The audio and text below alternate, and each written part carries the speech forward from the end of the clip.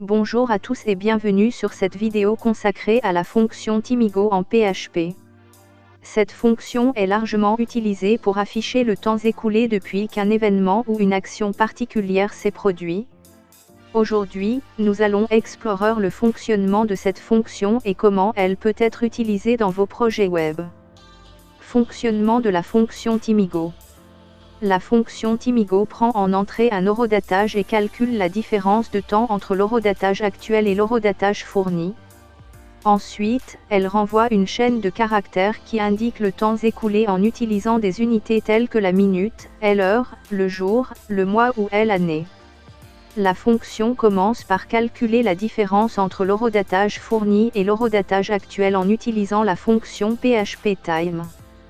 Ensuite, elle utilise un tableau qui associe des valeurs en secondes à des unités de temps telles que année, mois, jour, heure, minute et seconde.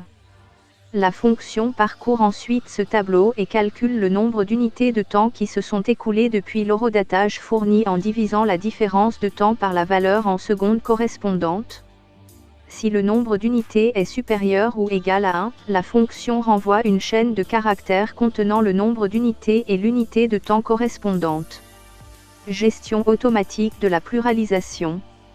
Une des fonctionnalités intéressantes de la fonction Timigo est sa gestion automatique de la pluralisation des unités de temps. Par exemple, si le temps écoulé est de 2 heures, la fonction renverra 2 heures ago au lieu de 2 heures ago.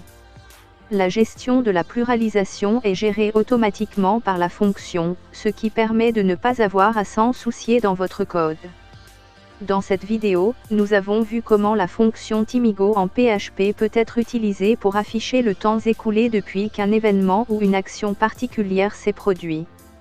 Nous avons également vu comment cette fonction est simple à utiliser et comment elle gère automatiquement la pluralisation des unités de temps. J'espère que cette vidéo vous a été utile et n'hésitez pas à laisser vos commentaires ci-dessous si vous avez des questions ou des suggestions pour de futures vidéos. Merci d'avoir regardé.